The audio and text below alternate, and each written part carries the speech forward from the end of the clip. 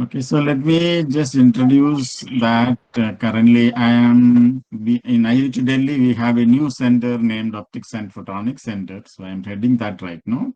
And the work which I'm presenting today, as well as some of the interaction to metamaterials, have come out from this multi-beam interference. So even though these three topics are independently separate themselves, the connecting factor for all the three topics, that is photonic metamaterials and multi-beam interference lithography, and later super resolution imaging, is the multiple beam interference. That is where our expertise. I will explain that later. So Optics and Photonics Center, just want to show you with one slide, also has a separate learning center called Optics Learning Center. I request all the students may be benefited from this particular initiative called Optics Learning Center. I request all of you to visit that particular site. This is mainly maybe useful to most of the PhD students who might not have got enough background in optics and photonics. So we have collected quite large number of videos from IIT PAL and NPTEL. And also we will be adding more lectures into this platform so that they may be able to get all the basics whenever they want, and especially those who did not have masters or other degrees in optics. Also, we have a large number of other rooms to enter, and we do have a chat room, and in one of the interactive room tomorrow, we do have a public lecture by Professor Sir David Payne that will be starting at 5 p.m. tomorrow. I request all of you to attend that. You can just visit this particular site where the link will be provided. You can enter there. So I will be covering these topics briefly, and especially the first two topics are not my expertise really, but my expertise will come later when we go to photonic structures, fabrication, and some of the applications. But to complete the talk, I will just start with some basics or some introduction about light matter interaction with nanostructures. And these nanostructures, when I say, it could even be molecules or nanoparticles, semiconductor nanoparticles, metal nanoparticles, or later dielectric nanoparticles or dielectric structures of some period. And then later I will tell you how interference lithography can be a very, very versatile technique to fabricate these photonic structures. And then we will look at some of the applications. There are quite many number of applications, but I will not be touching all of them. But I will touch upon some applications which we have been able to contribute. So when you look at these pictures, all the pictures have different colors, and all these colors are coming because of the interaction of light with matter. If you look at the first figure, all of you are very familiar this with figure. When you look out of your window, out of your home, that's what you may see. But each color of the sky, the color of the cloud, or color of the rainbow, and the color of the vegetables, all this is because of various interaction phenomena. It could be scattering, it could be dispersion, refraction, absorption, reflection. All this led to all these colors. And just we will have a small one slide describing only the scattering phenomenon leading to the blue sky, but all other things all of you are familiar. And the next one is these colors which appear here. We will see that all these colors are because of semiconductor nanoparticles leading to these colors. And when the center one is about the color of a same cup when it is illuminated from inside or from outside, leading to different color, that we will see. And those who are familiar with this plasmonic effect will see that this is because of the embedding of metal nanoparticles in glass. And now the topic which we will spend more time later is about the color because of the periodicity. It is the color coming on your peacock feather is because of dielectric structures of certain period which lead to all these different colors. It is not because of any of the other phenomenon colors. It's a very different phenomenon leading to the color of this peacock feather. And this one shows some application of these periodic dielectrics. Once you are able to fabricate them, you do have different applications, which we will try to touch upon later.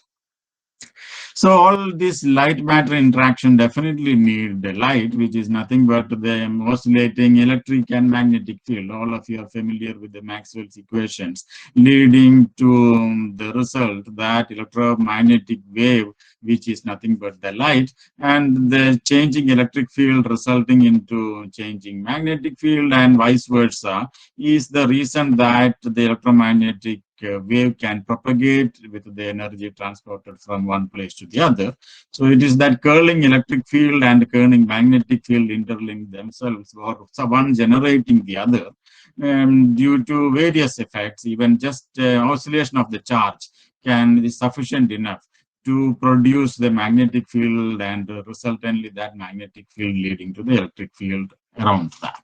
So that electric field oscillation, which will be finally be used for all the interaction.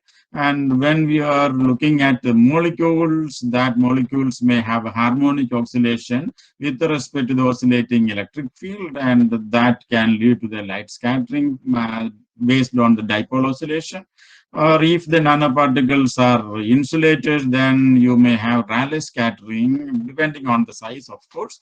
That is what I will see, that is the reason why you have a blue sky.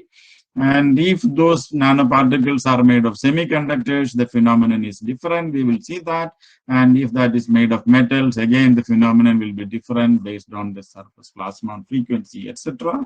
And then it become bigger into microparticles, or even of the order of wavelength or bigger, then the whole phenomenon changes. And sometimes it may be simple dispersion, and sometimes it may be various phenomenon leading to various resonant phenomenon. And one of that is photonic crystals. And I understand that Professor Lyablinovich will be giving his good talk in the next as part of the ROWS 2021. And when you look at the blue sky phenomenon, it's nothing but the non-resonant scattering of the incident light from sun, leading to the scattering from the molecules of oxygen, nitrogen, all molecules. And it's found that the intensity of the scattered light is proportional to the fourth power of the frequency of the electromagnetic wave oscillation, and which results into the fact that when wavelength becomes shorter by 2 times, the scattering power increases by 16 times. And so the red end of the wavelength compared to that of the blue one will scatter 16 times compared to the red end, which is the reason why you have the blue sky, which is the reason for the blue sky of the sky. So now next, let me look at, I will not be going on into the details of all of them. Just if you make these particles made of a semiconductor, the phenomenon will be based upon the quantum effects, because of the fact that the electron oscillations will be confined by the size of the particle. And this confinement can be in one-dimensional, then you call them a quantum well structure. It can be confined both in 2 dimension, then it is a quantum wire structure. And if you confine the semiconductor into 3 dimension, which is the quantum dot, and so that confinement is the quantum effect come into picture because of the discrete oscillation confinement of the within the quantum semiconductor structure.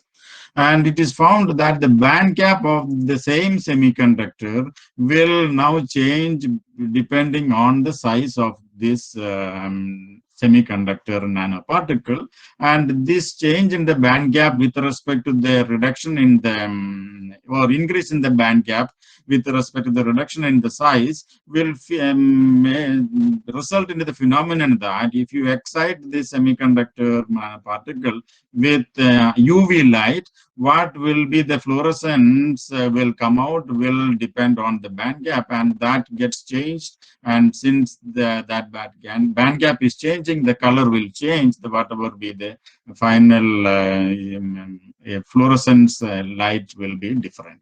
So which is what is shown here, which also can have various applications. So these nanostructured semiconductors with a diameter less than 5 nanometers, you see here, will emit light with a color that depends on the size of the structure, which is due to the quantum confinement. And it can have various applications, but you may have many talks which may be touching upon these applications later.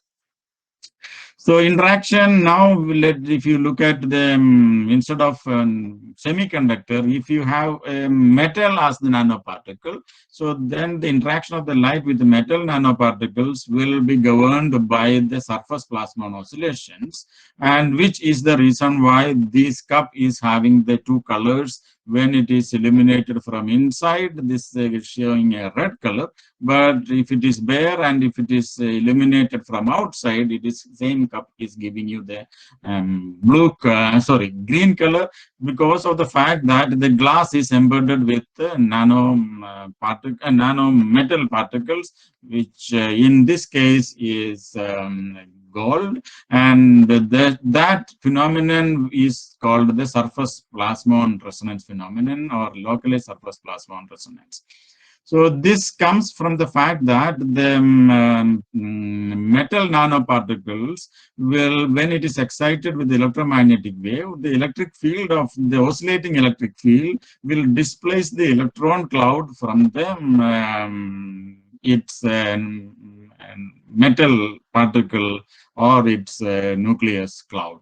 So this separation of this oscillation will lead to a collective oscillation of the electron with respect to the electric field oscillation of the electromagnetic wave, and this collective phenomenon is called the plasmon oscillation phenomenon, which has its own resonance frequency depending on the size of the particle and also what kind of metal it is, and which results into the different oscillation resonance based on what is surrounding the nanoparticle.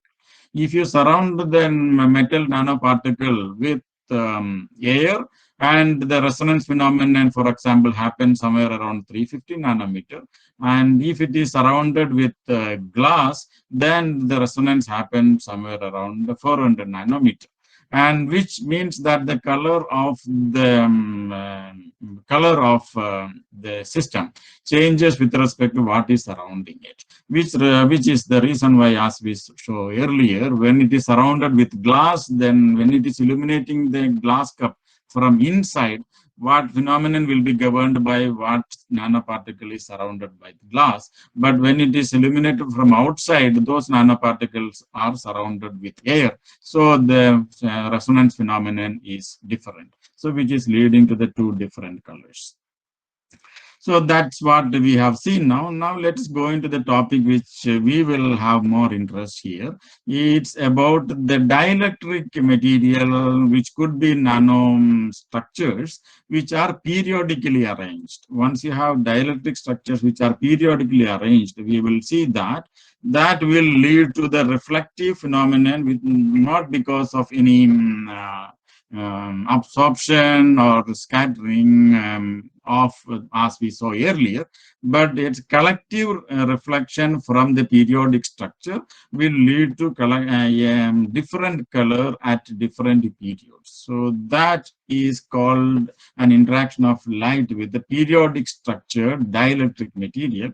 And even though there are many instances where these materials can be available in nature, But in general, these have to be fabricated or made as man-made material. So they come under the category of metamaterials. And these dielectric metamaterials are also referred to as photonic crystals because of their perfect periodic arrangement, as very similar to crystal or what you are familiar with. And all the property of them comes out of their periodicity. And the periodicity which we are talking about is somewhat similar to the wavelength of light you may be interested in.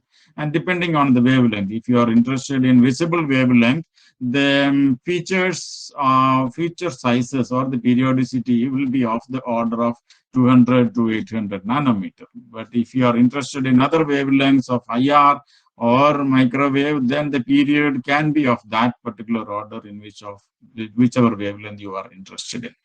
So once you are able to have such structures with the wavelength similar to the wavelength order, this will lead to guidance as well as manipulation of light in a different manner as of your interest, and which may we notice that way we may be able to treat an electromagnetic wave quantum, which is the photon, in a very similar manner we do with electrons in an electronic circuit. So that can lead to what we call the optical circuit components, very similar to an electronic circuit component. And also, not only this optical circuit or such applications, there are many other applications also because of the periodic arrangement of the dielectric material. And so I will be more concerned about other applications rather than optical circuit and things like that applications. So as I mentioned, the whole thing is about the period of the dielectric material. So the periodicity can be arranged along only one direction. So we call them one-dimensional photonic crystal. If the period is along two directions, X and Y, for example, then it is a two-dimensional photonic crystal. So these are just nothing but nano rods. Okay, so that is nothing but a photonic crystal, two-dimensional photonic crystal. And if you have period of this periodicity is along all three directions, so it's almost like your unit cell representation of a crystal. So you have period along X, Y, as well as Z directions. So this is a three-dimensional photonic crystal structure. So when you look at this periodic arrangement compared to that of a crystal, as you know, in a crystal, the periodic arrangement is about the atom. So it is a lattice of ions is leading to a crystal. And when you have a lattice of ions, for example, even a semiconductor material, the electron oscillations of that periodic arrangement of atoms will decide all the properties of that crystal. So the particle, in that sense, we can say electron is the particle which is governing the oscillations within that periodic arrangement of the atoms. So, however, in the case of a photonic crystal, instead of atoms, we are keeping dielectric material.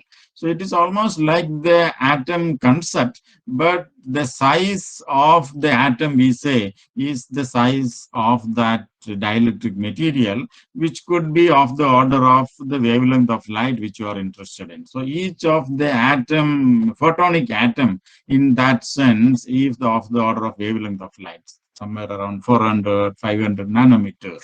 So that way it may have very similar look, but a higher dimension.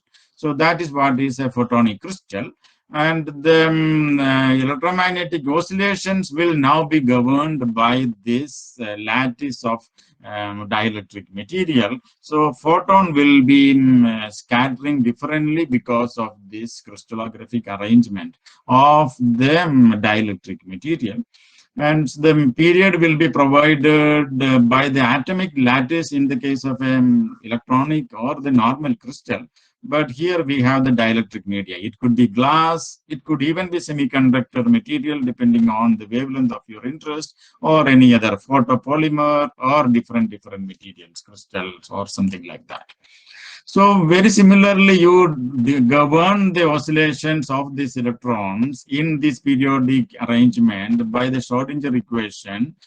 Similarly, you can convert your Maxwell's equations to govern the oscillations of the electromagnetic wave within this arrangement of the dielectric material. So only difference is the length scale. The property which are governing earlier will be very similar here also. And it is found that very similarly as you have an electronic band gap, such periodic arrangement of the dielectric material will lead to a photonic band gap. And that all itself has its own various applications like a photonic band gap crystallographic material for even photonic band gap fibers are there. And there are many, many other applications too from that. And similar to the energy band gap of such a semiconductor, this photonic band gap will show that a certain electromagnetic wave of frequency cannot propagate through that periodic dielectric structure, and which is called the band gap region. And so if you want to propagate light or confine light within that band gap region, you will have to create a defect. And that defect could be point defect or line defect and things like that, depending on what kind of control you want for the light to propagate through that periodic arrangement within the band gap region. And the band gap of the normal crystal, and the normal crystal is naturally be given by the band gap which is existing in the semiconductor. However, since the band gap of the photonic crystal will be decided by the fabrication of that photonic crystal, it is a challenge because as we notice, the dimensions are of the order of wavelength of light, so which could be, let's say, 500 nanometer. So the various fabrication methods are challenging, but there are many techniques which allows you to fabricate such periodic arrangement of dielectric material. One is microlithography and other electron beam lithography, etc. But we will see that how we are going to fabricate using interference lithography.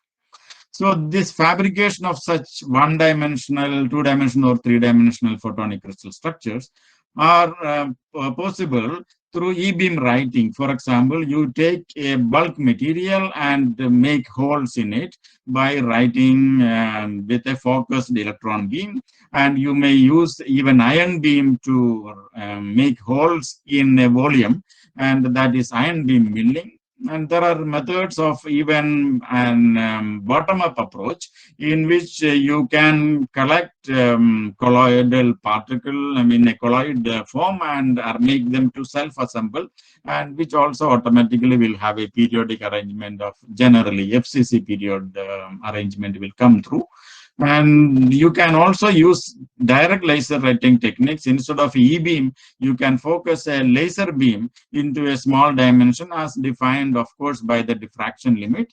And but you can get somewhere around 200 to 300 nanometer focused spot by choosing a wavelength of laser judiciously. And you can also use normal lithographic methods, especially to make two-dimensional arrangement can be made easily using UV lithographic methods. So let us discuss about the method based on interference lithography to fabricate such 1D, 2D, and 3D photonic crystal structures. So we will be using multiple beams to create them. So we will see how that can be possible. So in order to understand that, it may be better to recollect how UV or optical lithography technique works.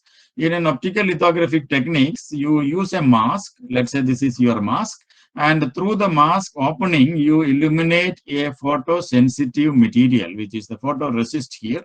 And wherever the resist is exposed, and that region will be either washed away in this case, and either retained in this case. If it is retained, that is a negative photoresist. And if you wash away the exposed region, then that is a positive photoresist. So depending on the mask openings, you can create such structure. So this is the technique used in IC fabrication, etc.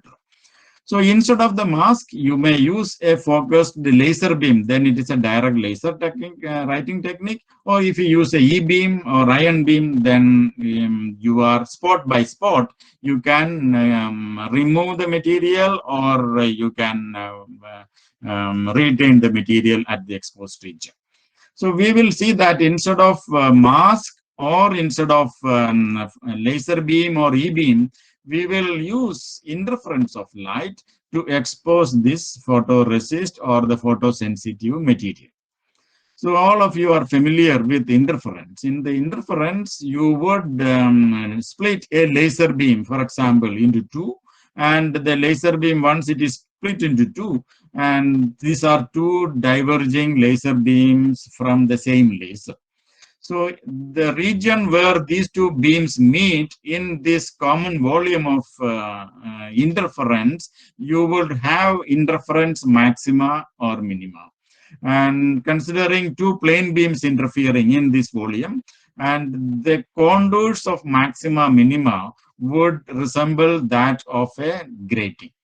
And this grating will actually be formed in the volume of three-dimensional volume, but on a plane it will be a simple lines of maxima separated by certain distance, and that distance of the maxima to maxima distance is governed by this formula, which is the period of this grating formed by the interference is governed by lambda by 2 sine theta, where lambda is the wavelength of the light used, and theta is the half angle between the two beams which are interfering.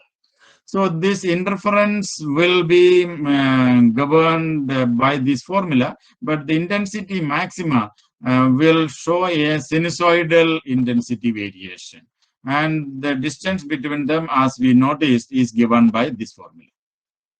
And once you use this intensity maxima minima as the light to expose a material which is sensitive to this light wavelength, then the material can be polymerized, for example, in this maxima region.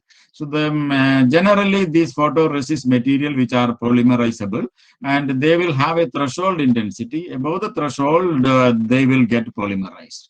So the intensity maxima minima will now be converted to material, because material gets polymerized at the regions of the maxima.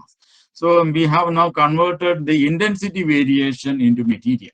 So you can remove the unexposed region and you can retain the exposed region. So this is how the intensity maxima minima, or the sinusoidal fringes of interference, will be converted to the material. So once the material is exposed and it is developed through the chemical process, you can get that, you will get binary grating out of the interference of the two beams which are formed here. So the advantages are many, because it is a single step process of exposure and over the whole area of wherever the interference takes place. So only limited by the size of the beam. So if the size of the beam is of the order of, let's say, 1 inch, across the whole 1 inch region, you have created this periodic arrangement. So it's a very large area fabrication of the order of centimeter, or even inch, or even more than that. It's depending on the power of the laser available to you. And comparative to other techniques, it is a low-cost method of fabricating periodic structures. So we have seen how two beams can be interfered to give you periodic structure. How about interference of multiple beams? So here we show the interference of 4 beams, for example. So we notice that in the volume of interference of 2 beams, you have periodic maxima minima. But this periodic maxima minima will now become variations of maxima minima in all 3 directions. So it is the whole common volume of interference will have variations of maxima minima. So here, this is the MATLAB simulation of 4 plus 1 beam interference. So this is the whole volume taken out of that interference region.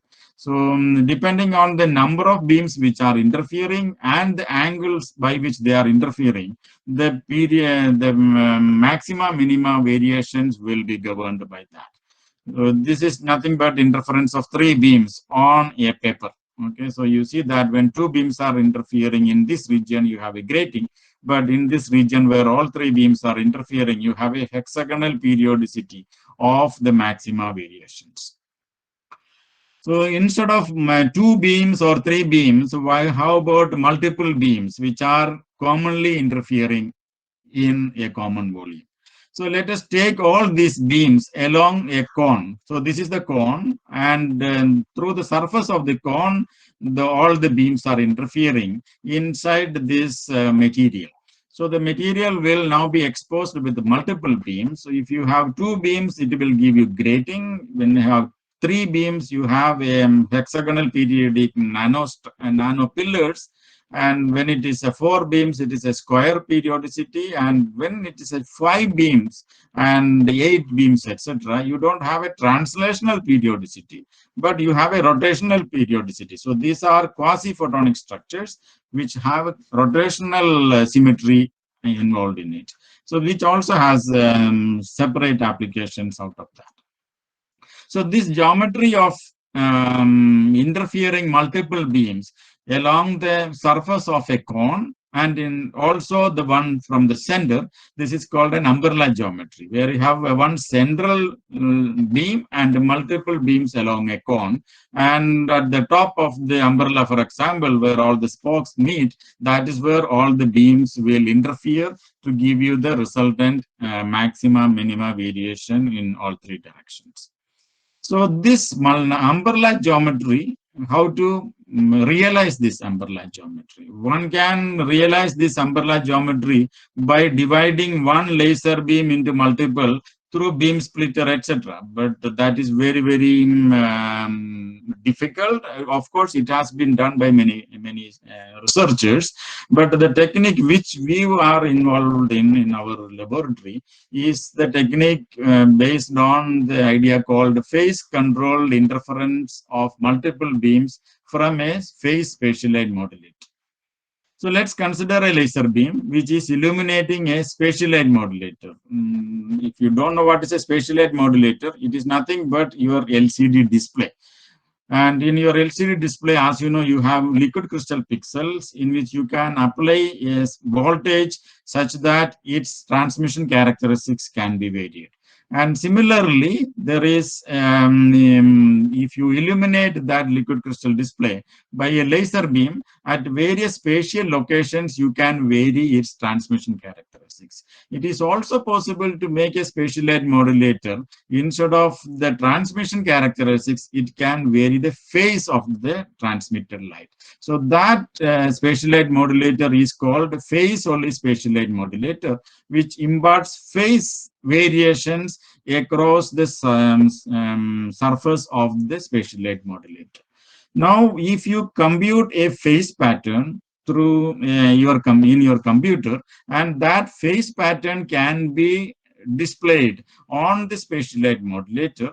And in this example, for example, I have computed a phase pattern which may look like a grating. And now when you illuminate that phase pattern with a laser beam, that will diffract into multiple beams of the +1 order, 0th order, and -1 order only shown here, but it may have higher orders also. So these multiple beams are generated through diffraction from this phase pattern which is displayed here. Now it's up to you to compute what kind of phase pattern you will display here.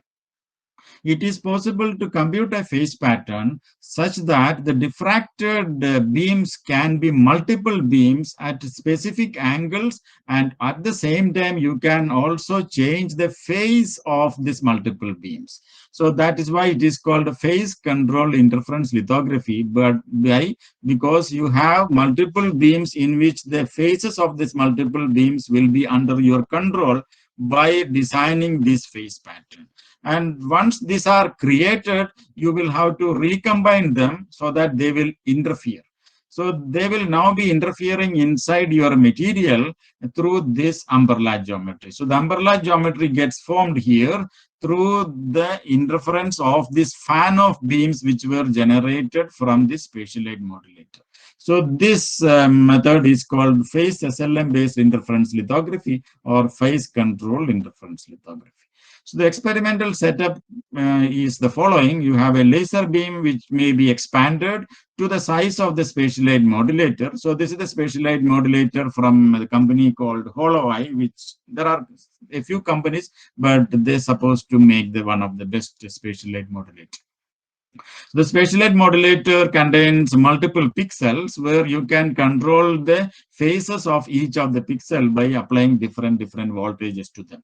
So this phase spatial light modulator display will now, as we mentioned, it will diffract multiple beams. So these multiple beams will now be passing through a relay lens system, which is nothing but a 4 of geometry of Fourier transform and inverse Fourier transformation, or double Fourier transformation, and then they will interfere here inside the photoresist material. If you want to see them, you can even put a CCD camera and see that. But you may not be able to see it through a CCD camera depending on the angle between the beams. For small angles, the pattern can be visualized through a CCD camera. So this is the SEM picture of a photoresist which is exposed by single exposure of 5 beams. So this is that quasi-photonic structure created over an area of somewhere around 1 centimeter with single exposure of 5 beams generated through this phase spatial light modulator display. And this is the interference of 8 beams interfering, leading to quasi-photonic structures on photoresist for single exposed interference pattern. And this was one of our work which which got good attention because of the fact that this was created through 32 beams being generated through the spatial light modulator. So these are all the 32 beams which were generated from the display of the specific phase pattern, and these 32 beams were finally allowed to interfere inside a photorefractive crystal, and leading to the generation of 32-fold symmetric 3D axial photonic quasi-crystal inside this photorefractive material. How about interference lithography to generate structures like this? So these are helical structures, and generally these helical structures are done through glancing angle deposition or even direct laser writing or some holographic lithography methods. So we are now going to see, can we use this phase control interference approach to create these helical or chiral structures? These are nothing but spring structures.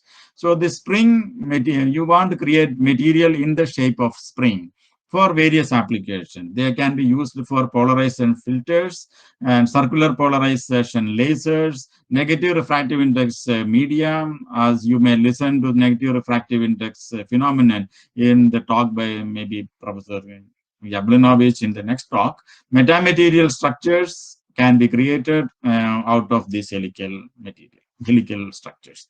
So that requires a very specific phase control. So the same umbrella geometry when we look at, and so far we notice that we have multiple beams, but how about these multiple beams with a controlled phase such that the center beam and all other beams are at different phases. So this color represents what is the phase of the individual beam. So we have divided the 6 beams with a specific phase difference, and these phase offsets will be very important. So that can be seen from this slide. Let's say you have again 6 beams, but all are at same phase, means there is no phase control. So when 6 beams interfere with equal phase among them, that will generate the same nano rod structure in the photoresist material. But now when you control them with phase control, now all the rods will now be converted to cylinders, because of the phase control we have made sure that at the center of this interference there is a minima instead of a maxima. So which means you have converted all the rods into cylinders. Now all 6 beams are present, but now you introduce a center beam which is 6 plus 1 beam interference. So the cylinder will now be converted to springs because the intensity maxima will be depth dependent because of the phase difference between the side beams and the center beam. So the introduction of the center beam to the phase controlled beams will generate spring from a cylinder. So this is the technique we will be using. So the springs can be designed by you, what kind of phase control you do. So it can be left-handed or it can be right-handed, and whatever you want. It's up to you to control what kind of geometry you are going to use. However, there is one bottleneck here. The geometry which I described you, which involved multiple lenses, will not allow you to have larger area plus nanoscale structures because of the fact that this geometry will be limited by the numerical aperture of the lens, which will limit the focal length of the lens and the aperture. Because of both, the size of the beam which will be finally obtained and the angle between the beams which will be obtained from this lens will both be very, very small. And so the angle between the beams will actually decide the period. So we notice that from that formula, if you want a period of lambda by 2 sine theta, so the theta angle has to be 90 degree to get a lambda by 2 period. So if you use a wavelength of, let's say, 400 nanometer wavelength laser, the period will now be 200 nanometer if you use an angle of theta 90. 90 is half angle. So two beams counter propagating will give you a period of 200 nanometer. For that, you need such a very large angle between the two beams, which is not possible from this geometry. So for that purpose, we have come out with a method in which there are no lenses.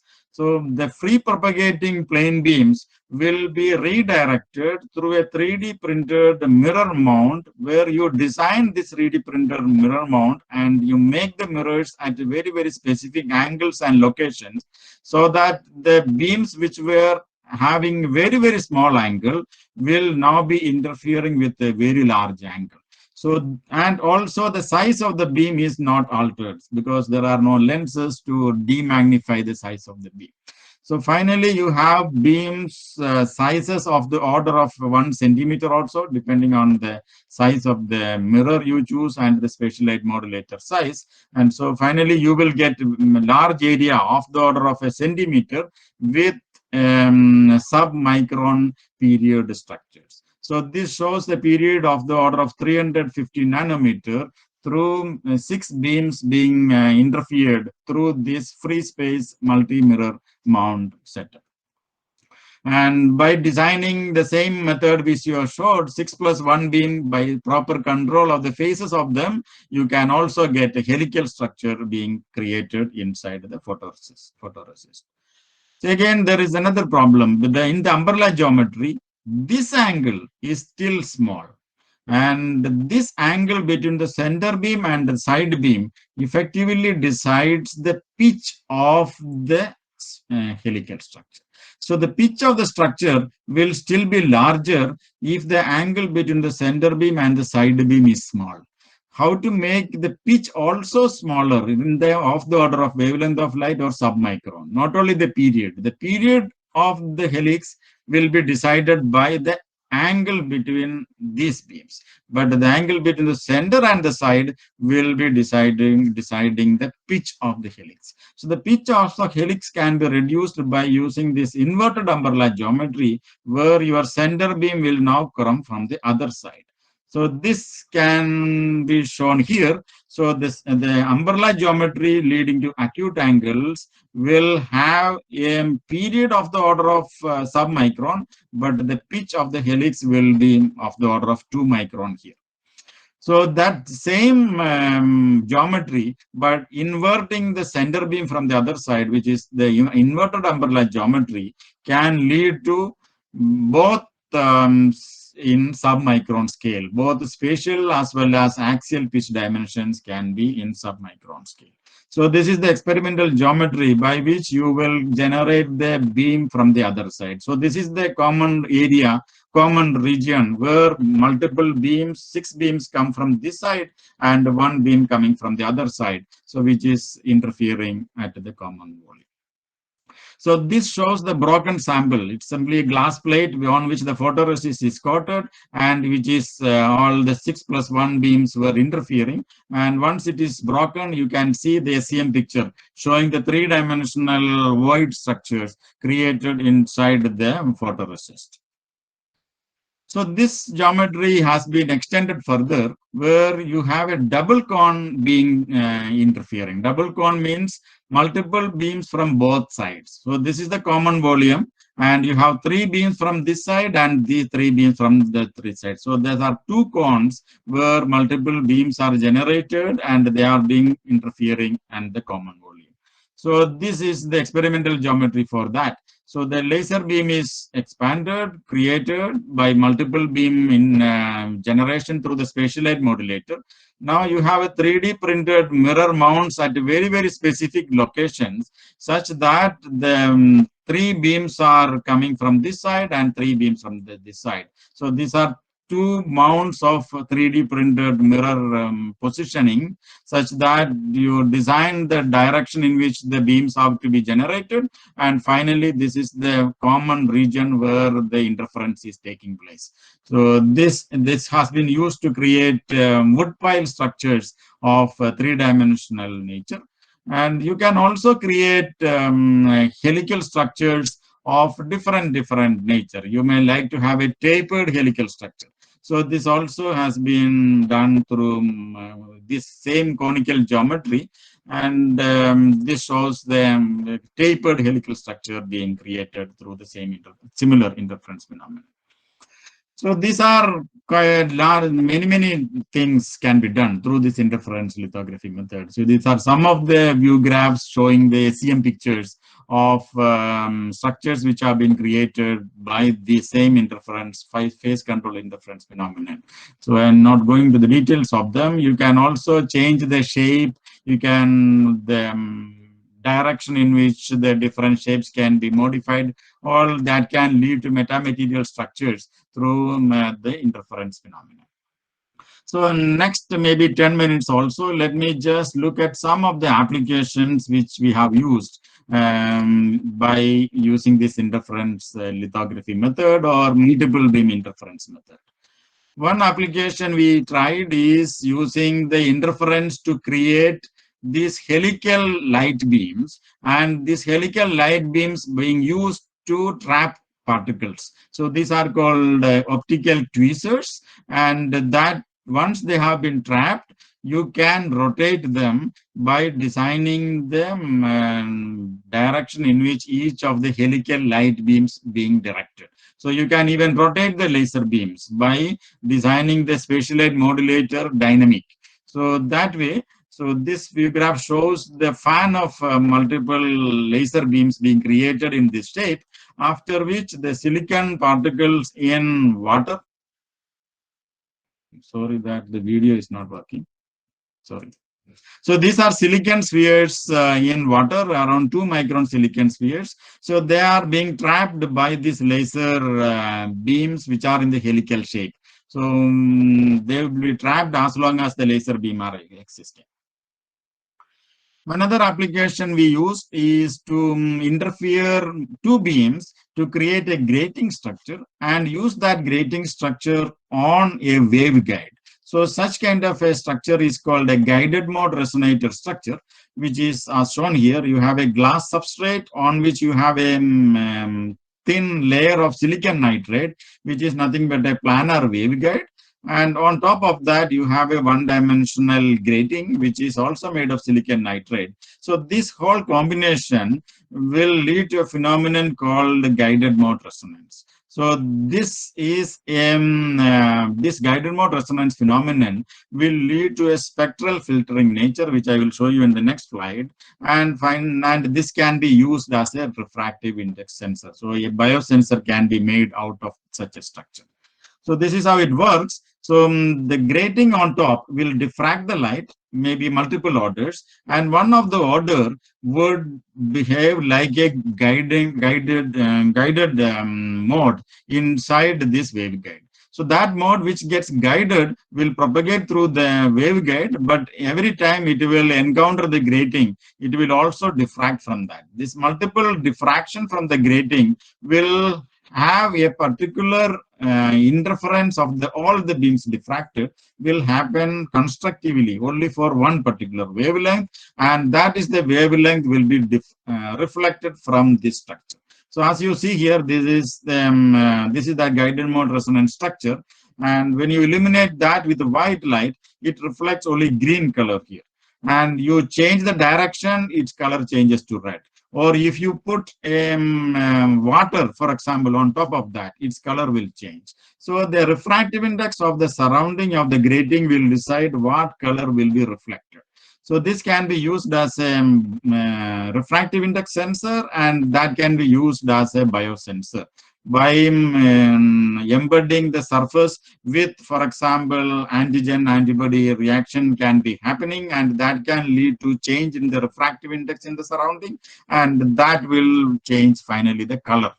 And this color color detection can be done through a spectrometer, and it can be used. However, we also notice that at the same wavelength at which this resonance happens, there is a very sharp phase jump also happens at that particular wavelength. Now, because of this phase jump, why don't we use that phase detection at this particular wavelength? So you use a laser beam instead of white light and detect the phase change which may happen at that particular location. So a change in the refractive index will effectively actually change this curve like this. So because of which there will be a phase jump at that particular wavelength. So this can be used inside a maybe a Maxent interferometer. There are many other. You can come. We also have many other methods to detect the phase. And once you are able to detect the phase, you can the phase detection can be done through an interference with another reference light, like very similar to holographic technique. And that positions of the maxima will finally see what is the phase change which has happened. So this way, it is found that the sensor becomes extremely sensitive, much more sensitive than the wavelength detection method, and one can detect a refractive index change of the order of 10 raised to minus 7 change in the refractive index position can be done using this technique. One can also embed these grating structures with metal nanoparticle to have a combination of both photonic as well as plasmonic coupling. These are hybrid photonic plasmonic coupling structures, which can lead to many other applications, even for light trapping and photo current generation. All that can be done from these kind of structures, so which I don't go into detail now because these have been published recently from various articles. And this is that hybridized GMR with plasmonic structures by embedding the GMR structure with metal nanoparticles, finally leading to a hybrid resonance phenomenon. And this one is slightly different. Instead of a grating based nanoparticles, we have a planar metal structure on top of the same grating. So finally, you have a surface plasmon resonance on a planar surface, and where you can use as a sensor on a flat surface. So this is the metal analyte detection can be done on a flat surface instead of a periodic or a corrugated structure, which is useful, especially for the fact that you want to reuse it again and again. That will be more useful. And another way is that you can also see that such structures, once it is made at a very, very specific material as well as the periodicity as well as the sizes, you can show that will show what is called the bound state in continuum phenomenon, which will have a lot of physics involved it, but this can easily be fabricated using the similar structure as we shown earlier. So that has its own applications, which I will not be able to go into detail now. And this also has been shown that these kind of structures finally can be used as a hot electron injection and hot carrier generation by judiciously using an electrode to have an electric field between these grating structures made out of this metal, as well as the waveguide. Currently here the waveguide is made of TiO2. So that can finally lead to better photovoltaic generation from these structures. So finally, maybe in the next 5 minutes, let me come to another application, and which is much, much different from whatever I described. And again, but we will be using the multiple beam interference. So this is a technique to get resolution enhancement in microscope. As you may all know that the resolution of the microscope is diffraction limited. You cannot see things which are smaller than roughly lambda by 2 of the wavelength of the light used. So in the case of a visible microscope, you cannot see the things which are somewhere around less than 250 nanometer if the wavelength of light let is considered to be 500 nanometer. That is because of the diffraction limit of 1.22 lambda by numerical aperture. So you cannot see things lesser than lambda by 2 roughly. How can we circumvent this problem? There are many techniques. One of the technique is called structured illumination microscope. In a normal microscope, you will be illuminating your sample with a uniform light. Why not illuminate the sample, let's say an unknown sample, with various spatial frequencies, and some of the frequencies, spatial frequencies, or the resolution in that sense. Resolution is such that you cannot see through the microscope. But if you illuminate that same sample with this periodic structure, when you have two spatial frequencies, one period with another period, very similar to what you see in your screen, your computer screen, when you wear a periodic shirt, for example, you will see new patterns coming up. So these are called Moire patterns. So these Moire patterns will have a spatial frequency or spatial period always lesser than both. Okay, it will be lesser than that. So let's say you have an unknown frequency and you are illuminating that with a known frequency, and this Moire pattern will have a frequency which will be lesser than both.